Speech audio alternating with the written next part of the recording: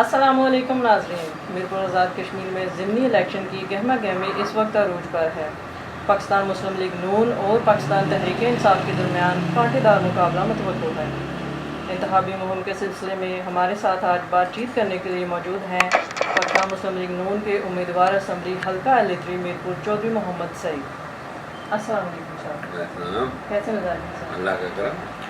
سر، گزشتہ دنوں ایک اخبار میں نیوز چلتی ہے جس میں آپ اور آپ کی میڈیا ٹیم کے حوالے سے یہ الزام لگایا جاتا ہے کہ آپ لوگوں کی خفیہ طریقے سے فوٹوز کیپچر کر کے میڈیا پر، سوشل میڈیا پر اپلوڈ کرتے ہیں، اس کے بارے میں آپ کیا کہنا چاہیں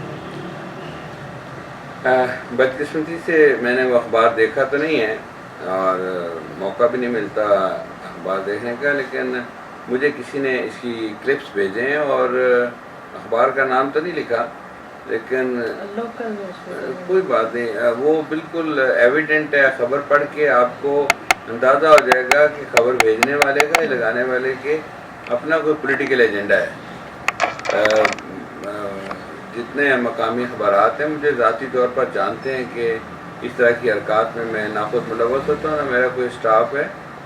آج کا چونکہ یہ دور ہے سوشل میڈیا کا اور کیمرہ کا، ہر شخص جس کے پاس موبائل فون ہے پھر کیمرہ ہے، کوئی ایسی فوٹو بنی ہو تو وہ میں نہیں کہہ سکتا۔ البتہ اخبار کی خبر دیکھ کے مجھے لگ رہا ہے کہ وہ آیا نہیں، بلایا گیا ہے۔ تو یہ حرکات جو ہیں ہماری پولیٹیکل ہسٹری میں کوئی ایسی بات پہلے پائی نہیں جاتی، اور میرا خیال ہے ہمیں اتنی سستی شہرت اور پولیٹیکل ایجنڈا کے ساتھ نہیں ہونا چاہیے، اور بالخصوص جو اخبار ہیں اور اخبار نویس ہیں ان کا کوئی پولیٹیکل ایجنڈا نہیں ہونا چاہیے، تو پھر ایسی حرکات، ایسی باتیں نہیں ہوں۔ سر، سوشل میڈیا کا رائے عامہ کو ہموار کرنے اور بگاڑنے میں بڑا کردار ہوتا ہے، آپ کیا سمجھتے ہیں اس میں اصلاحات ہونی چاہیے؟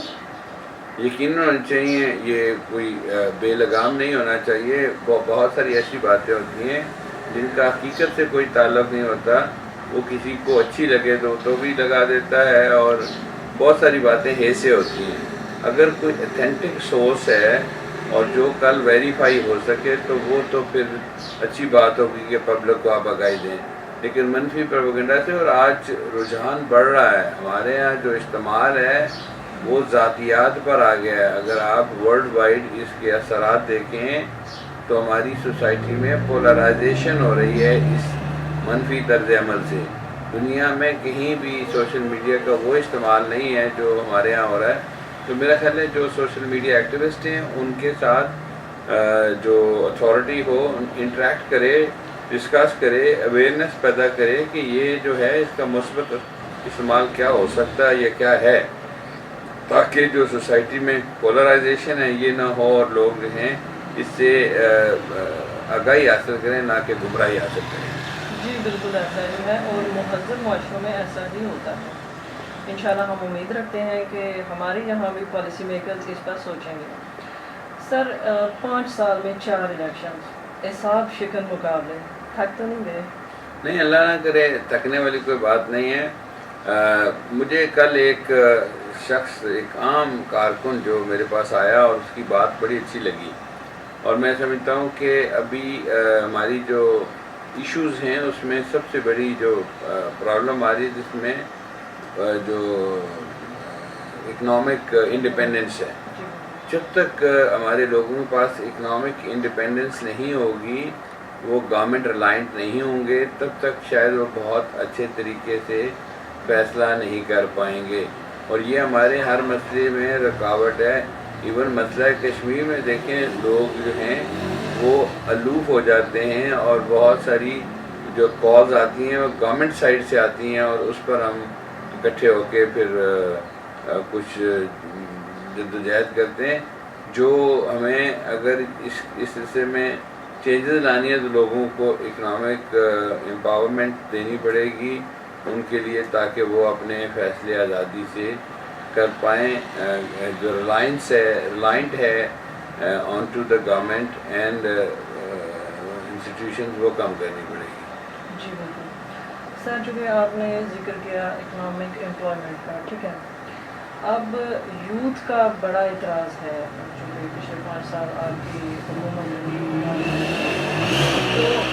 کا جو اعتراض ہے کہ آپ میرپور کے نوجوانوں کو روزگار فراہم کرنے میں اس طرح کامیاب نہیں ہو سکی، اس کے بارے میں کیا کہیں گے؟ مطلب چونکہ مہنگائی بڑھ رہی ہے، بے روزگاری ہے، اور یوتھ کا اس سلسلے میں مطلب ایک کلیئر مائنڈ سیٹ ہے کہ ان کے پاس نوکریاں ہونی چاہیے، کاروبار ہونے چاہیے، تو being a M L A آپ کی رسپانسبلٹی بنتی تھی کہ آپ ان کے لیے اپرچونیٹیز کریٹ کریں۔ ان کا یہ اعتراض اور پھر یوتھ جو ہے آپ کا ساتھ بھی چھوڑ کے جا رہی ہے، سوری میں تھوڑا ہارش ہو گئی ہوں، لیکن اس کو آپ کس نظر سے دیکھتے ہیں کہ یہ ایسا ہونا چاہیے تھا؟ پہلی بات تو ہے کہ جو اکنامک امپاورمنٹ کی بات ہے وہ تو ہم نے جو سوچ لیا ایز اے اسٹیٹ سٹیزن کہ شاید یہ صرف گورنمنٹ کی ذمہ داری ہے اور اس میں کسی نے کچھ نہیں کرنا، ہاتھ پہ ہاتھ دھرے بیٹھے رہنا ہے کہ گورنمنٹ جاب آئے گی، مجھے نوکری ملے گی اور میں کام کروں گا۔ تو یہ تھوڑا سا مشکل عمل ہے۔ اس میں گورنمنٹ کا جو سائز ہے اس وقت پبلک سیکٹر ایڈمنسٹریشن کا، اس میں مختلف شعبات ہیں، وہ اتنا بڑا ہے کہ ہمارے بجٹ کا 80% کھا جاتا ہے، اور اگر ہم نے اس کو ٹھیک نہ کیا، ریشنلائز نہ کیا، تو شاید آئندہ آنے والے دنوں میں ہمارے پاس صرف پینشن بل اور تنخواہوں کے لیے پیسے بچیں۔ اس وقت جو پینشن بل ہے اس آج کی ڈیٹ میں وہ 27 بلین 27 ارب ہے، اور اب ریٹائرمنٹ کا جو ایک سلسلہ شروع ہوگا تو ہر سال یہ بہت تیزی سے بڑھے گا اور ہمارے پاس بہت سویر قسم کا کرائسس آ سکتا ہے۔ مجھے بدقسمتی سے یہ بات کہتے ہوئے کوئی شرم نہیں محسوس ہوتی کہ ہماری جو لیڈرشپ ہے اس کا اس طرف دھیان نہیں ہے، وہ لیڈرشپ ہماری ہو یا کسی دوسری سائڈ کی ہو۔ جو امپلائمنٹ اپرچونیٹیز ہیں وہ پرائیویٹ سیکٹر میں آنی ہے، گورنمنٹ میں سچویشن ہو چکی، میکسیمم جو جابز آ سکتے تھے آ سکتے تھے۔ کل کا جو بیورو آف اسٹیٹسٹکس نے پاکستان میں ڈیٹا جاری کیا ہے، وہاں 16% ان امپلائمنٹ شو کی ہے، جبکہ ہمارے ہاں پہلے سے یہ 16% تھی، اور 16% ان امپلائمنٹ کو گورنمنٹ جابس ایڈریس نہیں کر سکتی۔ تو میری خواہش تو یہ تھی کہ جب ہم گورنمنٹ میں تھے کہ حکومت جو ہے کوئی ایسا ریوالونگ فنڈ قائم کرے جس کا انٹرسٹ گورنمنٹ لفٹ کرے، اور جو قرض ہے وہ دیا جائے ان نوجوانوں کو جو کاروبار کر سکیں اپنا اور اپنے آپ کو اکنامکلی انڈیپینڈنٹ کر سکیں۔ اور اس میں بالخصوص یہ تھا کہ جو کاٹیج انڈسٹری ہے، وینڈر انڈسٹری ہے، جو ہمارے تینوں نیبرنگ ڈسٹرکٹس میں بڑے پیمانے پر پائی جاتی ہے اور وائبل ہے، گجرات، گجرانوالہ اور سیالکوٹ میں، اس طرح کی اپرچونیٹیز کریٹ کی جائیں، اکنامک جو موومنٹ ہو اس کے لیے۔ دوسرا میرا خیال یہ تھا کہ ہم یہاں میرپور کو ایجوکیشن سٹی میں بدل سکیں۔ ایک یونیورسٹی ہے، ایک آدھ 2 یونیورسٹیز اور آئیں، 2 میڈیکل کالجز ہیں، ایک میڈیکل کالج اور آئے، اور ایسی تعلیم جو ٹیکنیکل یا پروفیشنل ہے وہ دی جائے کہ لوگ باہر سے آ کے یہاں پر تعلیم حاصل کریں۔ تو ہم کوئی انفلکس آف اسٹوڈنٹس ہے وہ کوئی اس کو 50 سے 60 ہزار پر لے جائے تو ہماری اکانومی میں 7-8 ارب روپیہ انڈکٹ ہو سکتا ہے، جو اکنامک موومنٹ یا جاب کریشن میں مددگار ثابت ہو سکتا ہے۔ تو بہت سارے آئیڈیاز تھے میرے پاس، بدقسمتی سے آپ کو پتہ ہے کہ میں جو آرام سے سمجھ لیں 1 مہینہ 1 سال اور 10 مہینہ ایم ایل اے رہا، 1 سال جو ہیں وہ تاریخیں بھگتنے میں گزر گئی، اور پھر اگلا 1 سال اس کی ریویو پٹیشن میں گزر گیا۔ میری کلیئرنس آئی 28 دسمبر 2020 کو، وقت بہت کم تھا، میرے پاس تو بہت اچھے آئیڈیاز تھے جن کو میرا خیال تھا کہ ہم کنورٹ کر سکتے ہیں انٹو یوتھ امپلائمنٹ اور یوتھ اکنامک امپاورمنٹ میں۔ اس میں آپ خاتون ہیں تو میں آپ بتاؤں کہ ویمن امپاورمنٹ بھی ایک ہمارا سبجیکٹ تھا کہ ہم ویمن کو اکنامک امپاورمنٹ میں کیسے شریک کر سکتے ہیں، لیکن بدقسمتی سے ایسا ہو نہیں سکا، اور ہمارا جو تھرسٹ ہے وہ گورنمنٹ امپلائمنٹ رہا۔ یہ جو آپ نے یوتھ کی بات کی، یوتھ میں ابھی بہت ساری میچورٹی ہے، ان کو بہت ساری چیزوں کو ایویلیویٹ کرنا ہے۔ میں نے پہلے جو بات عرض کی کہ ہمارے یہاں چونکہ independent source of income and وہ اکنامک امپاورمنٹ نہیں ہے، تو لوگ ریلائنٹ ہوتے ہیں، اس طرف جاتے ہیں جس طرف یہ جو خیال لوگوں کا یہ ہوتا ہے کہ گورنمنٹ جو ہے شاید جو آنے والی ہے وہ دودھ اور شہد کی نہریں بہا دے گی. مجھے پورا یقین ہے, having all the respect for the new government and the prime minister, ان کے پاس نہ ان کی پارٹی کے پاس جب خان صاحب آئے پاکستان میں تو نہ کوئی اکنامک ایجنڈا تھا, اور نہ ان کو پتہ تھا جو اب ہمارے صاحب آئے یہاں پہ پرائم منسٹر کے اکانومی کیسے چلنی ہے, گورننس کیسے آنی ہے, جو سول سروس اسٹرکچر ہے اس کو کیسے بہتر کرنا ہے, سروس ڈلیوری کو کیسے امپروو کرنا ہے, جو سول سرونٹ ہے اس کو اکاؤنٹیبل کیسے بنانا ہے. یہ ساری چیزیں کہیں ان کے پاس سے بھی نہیں گزری, نہ عمران خان صاحب کے پاس ہے نا, اور اس کے نتیجے میں کبھی بزدار صاحب کہتے ہیں میں سیکھ رہا ہوں, کبھی عمران صاحب کہہ رہے ہیں کہ ابھی 4 سال گزر گئے اور اب بھی وہ یہ باتیں کریں کہ پچھلے خرابی کر گئے, اور یہ جو آئیں یہاں پہ یہ بھی کچھ عرصہ یہ کہتے رہیں گے کہ پچھلے خرابی کر گئے, اور اس وقت تک ان کا بھی درم تختہ ہو چکا ہوگا. یہ بہت سیریس ایشوز ہیں جہاں پہ کنسنسس کی ضرورت ہے. جو ہمارا اکنامک ایجنڈا ہے اس پہ اور جو ہمارا کشمیر ایشو ہے, ان دونوں پہ اگر کنسنسس نہ ہوا امانگ دی پولیٹیکل پارٹیز تو شاید ہم بہت اچھے نتیجے حاصل نہیں کر پائیں گے. جی بالکل ایسا ہی ہے. اچھا سر, ایک کوشچن میرے مائنڈ میں آ رہا ہے, چونکہ آپ میرپوری ہیں اور ایک بڑے عرصے سے ہمارا پروجیکٹ التوا میں پڑا ہوا ہے رٹھوا ہریان برج. ایز اے میرپوری آپ کی بھی بڑی خواہش تھی کہ یہ مکمل ہو سکے, لیکن بدقسمتی سے ایک تو آپ کو ٹائم کم ملا, دوسرا یہ مطلب اس طرح کا ماحول رہا کہ آپ اس پہ مطلب اس طرح کام نہیں کر پائے. لیکن اس کے باوجود میں یہ پوچھنا چاہوں گی کہ آپ نے اس پر کتنا کام کیا اور آپ کیا سمجھتے ہیں کہ یہ ان فیوچر جلدی کیا یہ مکمل ہو سکتا ہے, کیونکہ عوام جاننا چاہتی ہے کہ ہمارا یہ جو برج ہے یہ کب مکمل ہوگا. دیکھیں, پہلی بات تو یہ ہے کہ حکومت آزاد, دیکھیں اب ہماری حکومت نہیں ہے تو میں رسپانسبلٹی ان پہ شفٹ کر دوں کہ یہ مکمل کر کے دکھائیں. ایکچولی یہ پبلک سیکٹر ڈیولپمنٹ پروگرام ہے گورنمنٹ آف پاکستان کا, اور through ministry of Kashmir affairs یہ منگرا ڈیم جو اپریزنگ ہوئی ہے اس کی کمپنسیشن میں یہ برج دیا گیا تھا. اور اس کی ٹیکنیکل 2 ایشوز ہیں, ایک ٹیکنیکل ایک فائنینشیل ہے. ٹیکنیکلی اس کو پوری طرح ایویلویٹ نہیں کیا گیا, جس کی وجہ سے جو ایشو ہے وہ آگے بڑھا, اور جو اس کی ٹیکنیکلٹی تھی ان کو اس وقت نہیں دیا, جس کے نتیجے میں اب جو ایشو آ رہا ہے وہاں پہ وہ مارشز ہیں, وہ دلدل ہے جس کے نیچے اس کی پائلنگ ممکن نہیں ہو پا رہی, اور ہم نے بھی اس کو اسٹڈی کرایا.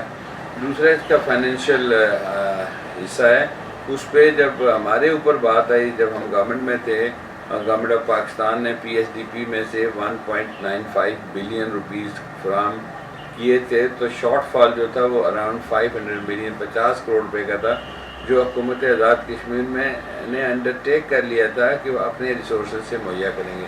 لیکن ہماری اپنی ٹیکنیکل کیپیسٹی ایسی نہیں ہے کہ ہم اس کے ڈیزائن کو تبدیل کر سکیں, اور تبدیل کر کے اس کو پروو کر کے چائنیز جو بلڈرز کے ساتھ کر سکیں.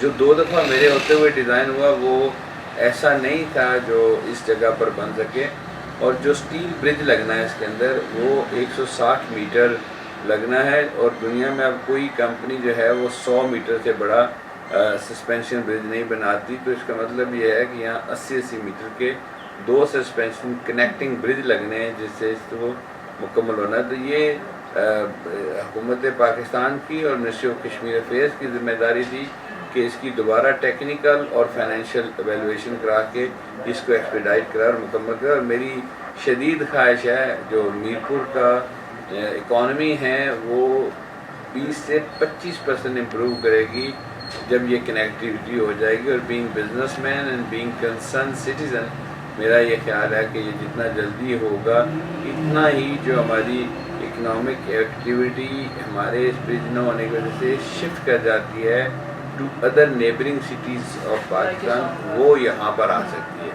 تو میں اس سے بڑا کنسرن اور چاہتا ہوں کہ ایسا ہو. سر میں پوچھنا چاہوں گی, آپ کے مخالف امیدوار کا ایک بڑا دعویٰ ہے کہ وہ اپنے دور اقتدار میں جو گیس میرپور کے لیے لے کر آئے 5 سال میں وہ پروجیکٹ وہیں کا وہیں رکا ہوا ہے, اس پہ کوئی ڈیولپمنٹ نہیں ہوئی. اس دعوے میں کتنی صداقت ہے؟ پہلے تو جو موصوف یہاں سے الیکشن لڑ کے گئے وزیر اعظم کے اس کے لیے، وہ انہوں نے اپنی پروٹوکول سیٹلمنٹ کر لی پریزیڈنٹ سے. جو ان کا مین کنسرن تھا وہ پروٹوکول تھا. میں نے ان کا پچھلا 5 سال کا دور بھی دیکھا ہوا، اور میں نے کوئی ایسی فائل نہیں دیکھی جس پہ موصوف نے خود کچھ لکھا ہو. تو بیوروکریسی گورنمنٹ چلاتی رہی. اب وہ کیونکہ ان کا مطمع نظر ایک پروٹوکول تھا، وہ شاید صدر کی حیثیت سے جو ہمارے یہاں ایک فگر ہیڈ ہوتا ہے اس کا کوئی اختیار نہیں ہوتا، وہ انہوں نے حاصل کر لیا. اور یہ جو دعوے ہیں، میں بالکل اس بات کو بڑے یقین سے کہتا ہوں کہ ان کا اس گیس میں کوئی رول نہیں تھا. جو اس وقت کے ڈائریکٹر جنرل شاید نہیں ہوتے تھے، چیئرمین MDA تھے، وہ میرے پاس آئے تھے. Azad Kashmir chamber of commerce نے اس کی منظوری حاصل کر رکھی تھی. ہم سے وہ فائل لے کر گئے تھے، آگے موومنٹ ہوئی تھی اور اس پہ گیس لگی تھی. اور وہ 5 سال کے بعد 16 تک 96 میں گیس لگی، 16 تک 20 سال وہ مسلسل MLA رہے. تو ان کو یہ کیوں نہ خیال آیا کہ وہ اس گیس کے معاملے کو نپٹا دیں. اور ابھی پچھلے 2 سال سے بھی وہ MLA تھے اور گورنمنٹ کی ان کی فیوریبل گورنمنٹ تھی پاکستان میں. پھر کیوں نہیں کر سکے؟ کیونکہ ان کی دلچسپی نہیں تھی. پھر اس سے آگے میں آپ کو بڑے دعوے سے یہ بات کہوں کہ جتنی ایکسپینشن ہوئی ہے گیس کی یہاں پہ آفٹر اس ارائیول ان میرپور، تو وہ اللہ تعالیٰ کے فضل و کرم سے اس خادم کو اعزاز حاصل ہے کہ اس نے، میں نے یہ نہیں، یہ ساری جگہ پہ جو نئے کنیکشن لگے وہ کرائے ہیں. اب رہا سوال کہ ہم نے کیا رول پلے کیا. 25 کروڑ روپے کثیر رقم جو ہے وہ لا کے میرپور منگلہ جو ہاؤسنگ اتھارٹی MPHA جس کو کہتے ہیں اس کے اکاؤنٹ میں 3 سال پہلے ڈالے. اور میں نے اور وزیر اعظم صاحب نے کوئی ایسی جگہ نہیں چھوڑی جہاں پہ پاکستان میں کنسرن جو ان کے ڈپارٹمنٹس تھے ان سے میل ملاقات کر کے اس کے لیے اجازت حاصل کرنے کی کوشش نہ کی ہو. یہ وزیر اعظم پاکستان سے لے کے ان کے جو وزراء اور مشیر تھے گیس اور انرجی پہ، ان سب سے ملاقات کی کہ بھئی ہمیں اجازت دیں، ہم یہ کام شروع کر سکتے ہیں. So is the case with Mirpur city. وہ جو 25 کروڑ روپے وہاں پر دیے جو ریکارڈ پر ہے، جو MDHA کے اکاؤنٹ میں ہے، جو ویریفائیبل ہے. اور دوسری بات، جو آزاد کشمیر کے بجٹ میں گیس کی فراہمی کے لیے 2019-20 کے بجٹ میں 200 ملین 20 کروڑ روپے رکھے.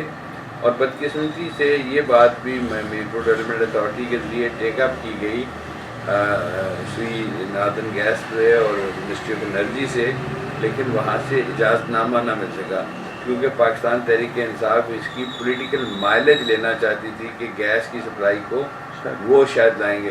میں ایک بات آپ کے ساتھ یہاں بڑے دعوے سے شیئر کر سکتا ہوں کہ یہ گیس، یہ اب بھی پہلے گورنمنٹ یہ کمپنی چلتی نظر نہیں آ رہی، لیکن اگر چلے بھی تو ان کے نصیب میں شاید نہیں ہے کہ یہ گیس میرپور شہر کو اور یونیورسٹی کو فراہم کر سکیں. یہ کام، یہ فریضہ ہمیں ہی سر انجام دینا ہے. مجھے ٹائم بہت کم ملا، اگر وقت ملتا تو میں اس معاملے کو شروع کر دیتا. سر آخری کوشچن، ووٹرز کو کیا میسیج دینا چاہیں گے؟ دیکھیں، اس وقت میرا خیال یہ ہے اور لوگوں کا بھی، اور اس بات پہ یقین ہے لوگوں کو کہ آزاد کشمیر کے اندر، میرپور کے اندر جو ووٹر ہے ہمارا، وہ تعداد میں بہت زیادہ ہے جو پاکستان مسلم لیگ نون کے ایجنڈے سے، پاکستان مسلم لیگ نون کے اکنامک ایجنڈے سے، سوشل ایجنڈے سے متفق ہے اور وہ ووٹ کرنا چاہتا ہے اور کرے گا. بدقسمتی سے پچھلے الیکشن میں جو جنرل الیکشن تھے اس میں جو دھونس دھاندلی ہوئی، جو لا اینڈ آرڈر تھا وہ پوری طرح کنٹرول میں نہیں تھا. جو لوگ تھے وہ پولنگ اسٹیشنز کے اندر گھوم رہے تھے.